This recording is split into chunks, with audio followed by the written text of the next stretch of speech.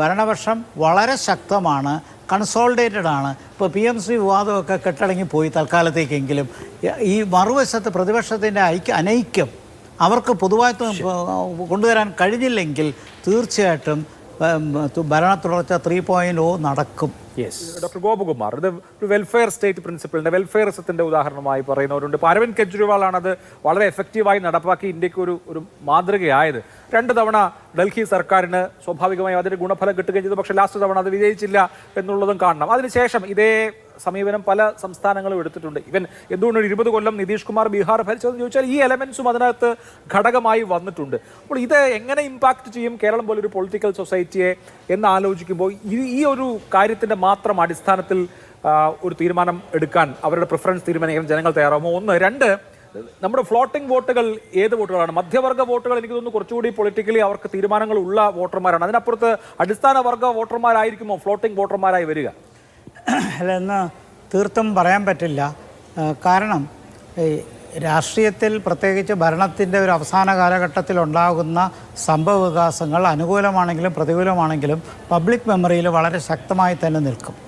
നമുക്ക് political votes ഉണ്ട് എന്ന് പറയുമ്പോഴും സാധാരണ നിലയിൽ നമ്മൾ ജനങ്ങളോട് സർവേ ചെയ്യുമ്പോഴൊക്കെ പലപ്പോഴും പറയുന്നത് അവർ കക്ഷി അടിസ്ഥാനത്തിലല്ല, നൈപുണ്യത്തിൻ്റെ അടിസ്ഥാനത്തിലും മികവിൻ്റെ അടിസ്ഥാനത്തിലൊക്കെയാണ് വോട്ട് ചെയ്യുന്നതെന്ന് പറയും. വാസ്തവത്തിൽ രാഷ്ട്രീയം അതിനകത്തുണ്ടെങ്കിൽ പോലും പൊതുവേ ജനങ്ങൾ പറയുന്നത് ആളിൻ്റെ കഴിവുകൂടെ നോക്കിയിട്ടാണ്. അതുകൊണ്ട് ഇത് മുഴുവൻ പൊളിറ്റിക്കലാണ് എന്ന് പറയാൻ പറ്റില്ല. മധ്യവർഗത്തിലും സ്വിങ് വോട്ടുണ്ട്, ഫ്ലോട്ടിംഗ് വോട്ടുണ്ട്, പാവപ്പെട്ട ഒരു വിഭാഗത്തിലും ഫ്ലോട്ടിംഗ് വോട്ടുണ്ട്.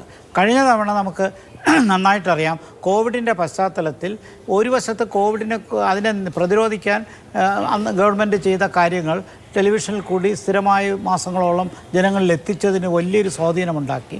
അതോടൊപ്പം തന്നെ ആ സമയത്ത് വന്ന നടപടികൾ അത് പിൽക്കാലത്ത് വിവാദമായെങ്കിലും ഗവൺമെൻറ്റിന് ഒരുമിച്ച് ചെയ്യാൻ കഴിയുന്ന കൂട്ടായ്മ ഉണ്ട് എന്നുള്ള ഒരു പോസിറ്റീവ് ഇമേജ്, മറുവശത്ത് പ്രതിപക്ഷം വിഘടിച്ച് നിൽക്കുന്ന ഒരു ഇമേജ്, ഈ കാഴ്ചപ്പാടിലാണ് അന്ന് 21 തെരഞ്ഞെടുപ്പിൽ LDF വിജയിച്ചതും നമ്മളത് പ്രതീക്ഷിച്ചതുമാണ്.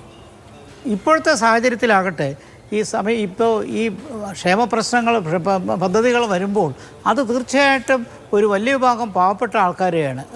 ജീവനക്കാരുടെ കാര്യം അവിടെ ഇരിക്കട്ടെ, അതെന്തായാലും എപ്പോഴായാലും കൊടുത്തില്ലെങ്കിൽ അവർ സംഘടിതരാണ്, പ്രശ്നമുണ്ടാക്കും, അത് വാങ്ങിച്ച് എടുക്കേണ്ടിയും വരും. പക്ഷേ പാവപ്പെട്ടവർക്ക് എടുക്കുന്ന വോട്ട് അത് സ്വിങ് ചെയ്യും എന്നുള്ളതിന് തർക്കമില്ല. പക്ഷേ തൊട്ട് മുമ്പ് നമ്മളിത് നോക്കുമ്പോൾ ഇവിടെ വന്ന PMCയെക്കുറിച്ച് വന്നു, അത് വേറെ ചർച്ച ചെയ്യുമായിരിക്കാം. പക്ഷേ ഇവിടെ വന്നിരുന്ന കഴിഞ്ഞ കുറേ കാലത്തെ ഗവൺമെൻറ്റിൻ്റെ പ്രവർത്തനങ്ങളിൽ ഉദാഹരണമായിട്ട് വിലക്കയറ്റം വന്നിട്ടുണ്ട്. സർക്കാരിൻ്റെ എല്ലാ സേവന പദ്ധതികളും, ഇലക്ട്രിസിറ്റി ആയാലും കുടിവെള്ളത്തിൻ്റെ കാര്യമാണെങ്കിലും അതോടൊപ്പം സർക്കാരുമായി ചെയ്യുന്ന ഏതൊരു സർവീസിൻ്റെ കാര്യത്തിലാണെങ്കിലും പെർമിറ്റിൻ്റെ കാര്യം ഏതെടുത്താലും അതിലൊക്കെ നല്ല വിലക്കയറ്റമുണ്ടായി. വാസ്തവത്തിൽ ഭരണവിരുദ്ധ വികാരം വളരെയധികം മുന്നോട്ട് പോയിക്കുന്ന ഒരു സാഹചര്യത്തിലാണ് ഇപ്പോഴത്തെ ഒരു ടേൺ വന്നിരിക്കുന്നത്. ഭരണവിരുദ്ധ വികാരത്തെ റിവേഴ്സ് ചെയ്ത് ഒരു പ്രോ ഇൻകംബൻസി ഉണ്ടാക്കാൻ സാധ്യത ഉണ്ടോന്നാണ്. അതാണ് ഞാൻ പറഞ്ഞത്, ഈ ടേണിംഗ് പോയിന്റ്. അതുകൊണ്ടാണ് നമ്മൾ ഇന്ന് ശരിക്കും പറഞ്ഞ തെരഞ്ഞെടുപ്പിൻ്റെ പെരുമ്പറ കൊട്ട് തുടങ്ങിക്കഴിഞ്ഞു, അതിൻ്റെ സംഭവമാണ് ഇന്ന് വന്നിരിക്കുന്നത്. അപ്പോൾ ഈ ആൻറ്റി ഇൻകംബൻസിയെ ചെറുക്കാൻ ഒരു വലിയൊരു രീതിയിൽ ഈ ക്ഷേമ പദ്ധതിക്ക് സ്വാധീനിക്കും. ആ സ്വാധീനമുണ്ട് എന്ന് തന്നെയാണ് ഞാൻ വിശ്വസിക്കുന്നത്.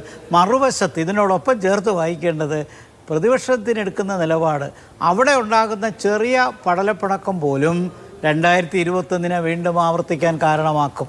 ഇത് പ്രതിപക്ഷത്തിരിക്കുന്നവർ ശ്രദ്ധിച്ചാലും ഇല്ലെങ്കിലും നമുക്ക് നന്നായിട്ടറിയാം, ഭരണപക്ഷം വളരെ ശക്തമാണ്, കൺസോളിഡേറ്റഡ് ആണ്. ഇപ്പോൾ PMC വിവാദമൊക്കെ കെട്ടടങ്ങിപ്പോയി തൽക്കാലത്തേക്കെങ്കിലും.